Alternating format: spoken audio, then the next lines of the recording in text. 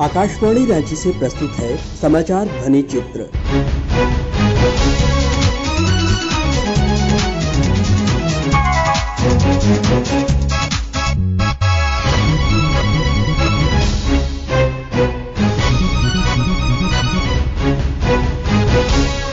इस अंक में आप सुनेंगे प्रधानमंत्री द्वारा टोक्यो ओलंपिक में भाग लेने वाले खिलाड़ियों से संवाद पर विशेष रिपोर्ट। झारखंड समेत पूरे देश में 18 वर्ष से अधिक आयु के सभी लोगों के लिए सरकारी केंद्रों पर निःशुल्क टीकाकरण अभियान चलाया जा रहा है। सभी श्रोताओं से अपील है कि कोविड रोधी टीका जरूर लगवाएं।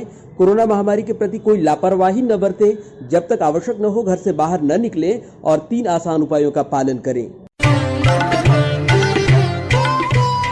कोविड-19 से बचाव और सुरक्षित रहने के 3 उपाय। मास्क लगाएं, 2 गज दूरी है जरूरी, सुरक्षित दूरी रखें, हाथ और मुंह साफ रखें।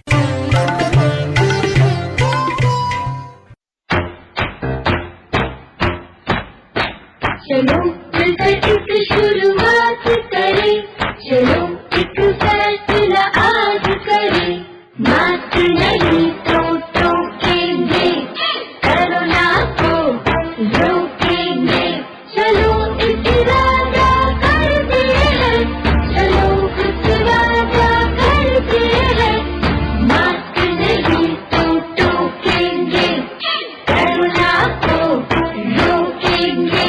भारत सरकार द्वारा जनहित में जारी। प्रधानमंत्री नरेंद्र मोदी ने टोक्यो ओलंपिक में भाग लेने वाले खिलाड़ियों को प्रेरित करने के उद्देश्य से पिछले मंगलवार को वीडियो कॉन्फ्रेंसिंग के माध्यम से उनसे सीधा संवाद किया।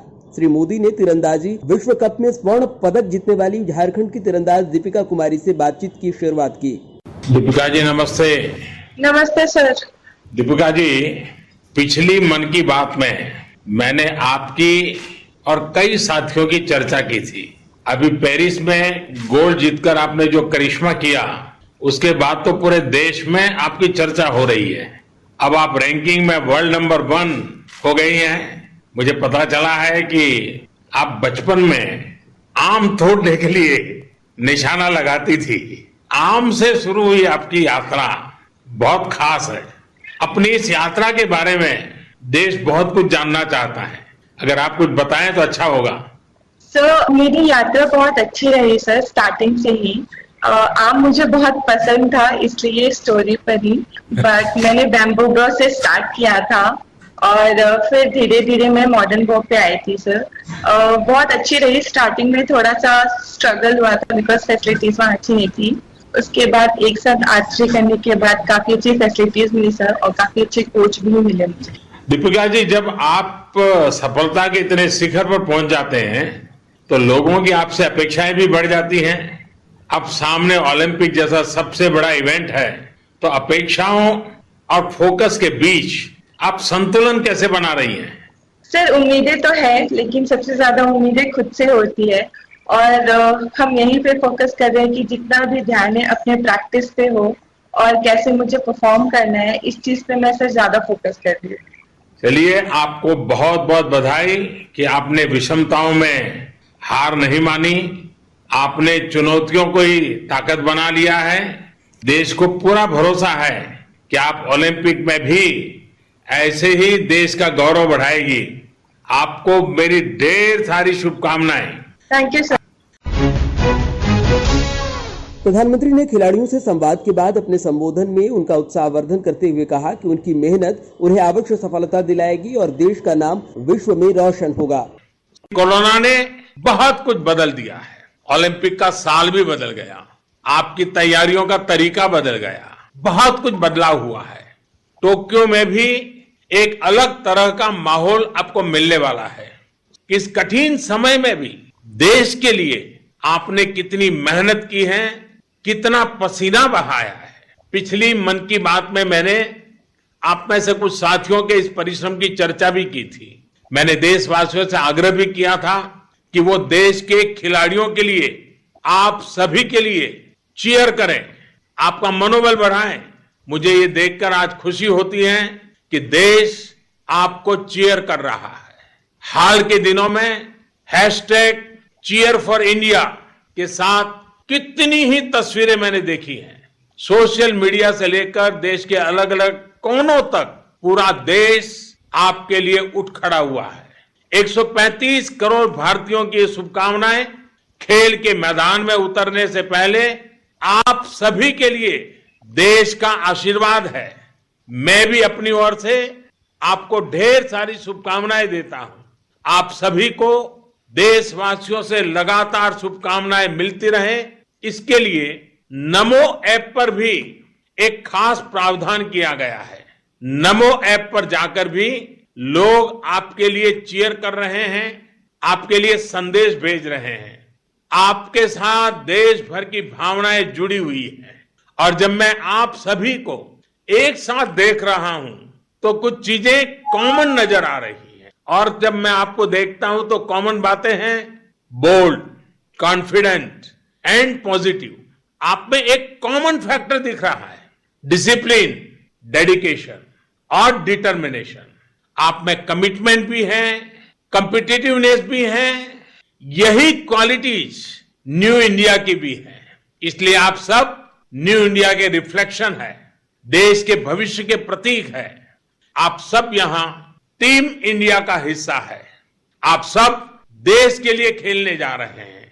यही डायवर्सिटी, यही टीम स्पिरिट ही एक भारत श्रेष्ठ भारत की पहचान है। आप सब इस बात के साक्षी हैं कि देश किस तरह आज एक नई सोच, नई अप्रोच के साथ अपने हर खिलाड़ी के लिए साथ खड़ा है। आज देश के लिए आपका मोटिवेशन बहुत महत्वपूर्ण है। आप खुलकर खेलें, अपने पूरे सामर्थ्य के साथ खेल सके, अपने खेल को, अपनी टेक्निक को और निखार सके, इसे सर्वोच्च प्राथमिकता दी गई है। ओलंपिक के लिए एक हाई लेवल कमेटी का गठन काफी पहले ही कर दिया गया था। टारगेट ओलंपिक पोडियम स्कीम के तहत सभी खिलाड़ियों को हर संभव मदद दी गई। आप देश के लिए पसीना बहाते हैं, देश का झंडा लेकर जाते हैं, इसलिए ये देश का दायित्व है कि आपके साथ डटकर खड़ा रहे। हमने प्रयास किया है खिलाड़ियों को अच्छे ट्रेनिंग कैंप्स के लिए, बेहतर इक्विपमेंट के लिए।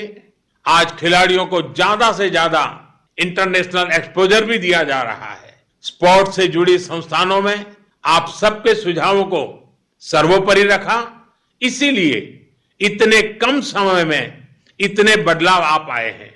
जैसे खेल के मैदान में मेहनत के साथ सही स्ट्रेटेजी जुड़ जाती है तो जीत पक्की हो जाती है। यही बात ग्राउंड के बाहर भी लागू होती है। देश ने खेलो इंडिया और फिट इंडिया जैसे अभियान चलाकर मिशन मोड में सही स्ट्रेटेजी से काम किया तो परिणाम भी आप देख रहे हैं।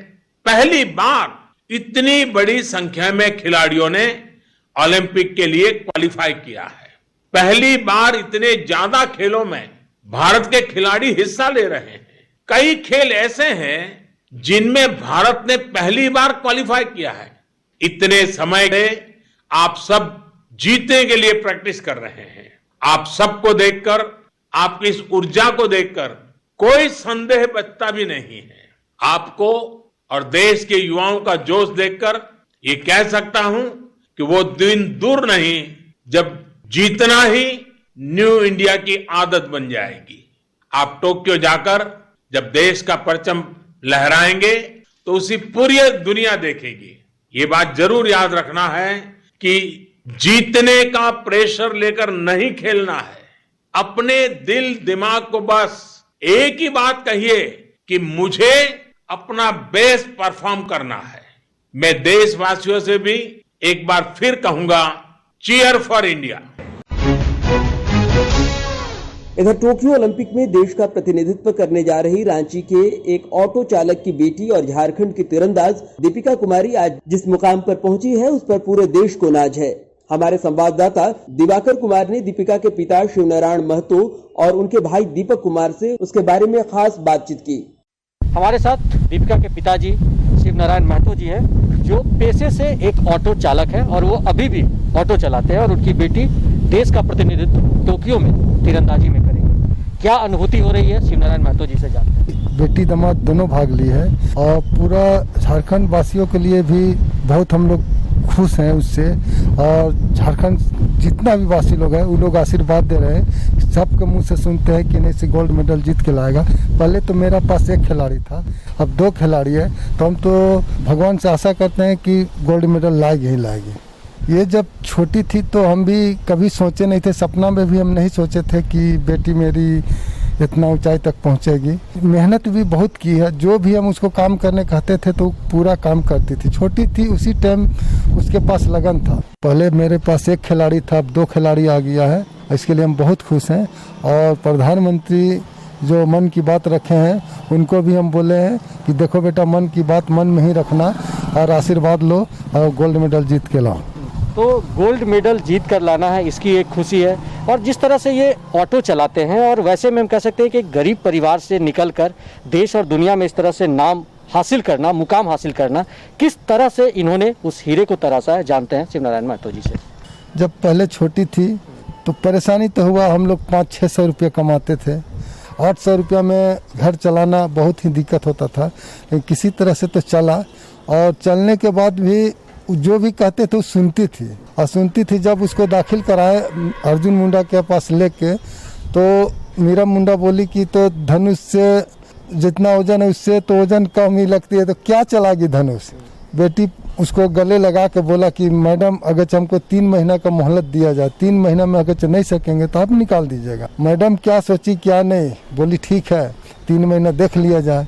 और देखी 3 महीना में वहीं पर जीती थी, और जीत के उसके बाद में फिर वहीं पर जो सुमन सर थे वो बोलते थे कभी ना कभी कुछ करेगा। और सुमन सर बहुत कोऑपरेट उसको किए, और 1 रोटी खाती थी मात्र, और एकदम पतली दुबली थी। 13 साल की 14 साल की थी तो गोल्ड मेडल अमेरिका से जीत के लाई, और उस दिन हम बहुत खुश हुए थे। प्रधानमंत्री भी लगातार कह सकते हैं कि खिलाड़ियों का उत्साह वर्धन करते हैं, उससे संवाद भी करते हैं। और जिस तरीके से टोक्यो में जो देश का प्रतिनिधित्व खिलाड़ी कर रहे हैं, उससे प्रधानमंत्री संवाद भी कर रहे हैं। तो लगातार हम कह सकते हैं कि प्रधानमंत्री जिस तरीके से उत्साह वर्धन करते हैं, उससे आप लोगों का भी हौसला बढ़ता है। हाँ, बहुत हौसला बढ़ा। जब रेडियो में भी सुने तो हम लोग बहुत हौसला बढ़ा, और जो जिधर जाते थे उधर बोलते थे कि देखो प्रधानमंत्री बोल रहे हैं कि ऑटो चालक की बेटी है, आज कहाँ से कहाँ पहुँची है, तो अपना दिल में गदगद लग जाता था। बातचीत करने के लिए हमारे साथ दीपिका कुमारी के भाई दीपक कुमार हैं। किस तरह से इन्हें लगता है कि इनकी दीदी किस तरीके से टोक्यो में इनके घर का तो नाम रोशन करेगी ही, देश का भी नाम रोशन करेगी। टोक्यो को तो बोला जाएगा तो ओलंपिक का गेम है। इट्स अ टफ कंपटीशन, बहुत ही टफ होता है। करीब करीब पूरे वर्ल्ड के बहुत सारे लोग खेलते हैं टोक्यो में। ऐसा तो बोला नहीं जा सकता कि मेरी बहन ही जीते, कोई भी जीत सकता है। Tokyo is a very hard and tough game, and Tokyo means that if you win in Tokyo, it's a very good for opportunity to get very blessings from everyone, and it's a very honor to win Tokyo Olympic for my sister.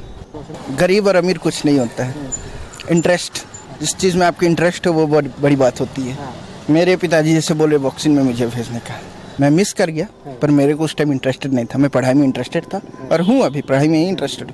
सबका interest अलग अलग जगह होते हैं, इसीलिए सबके scope होते हैं।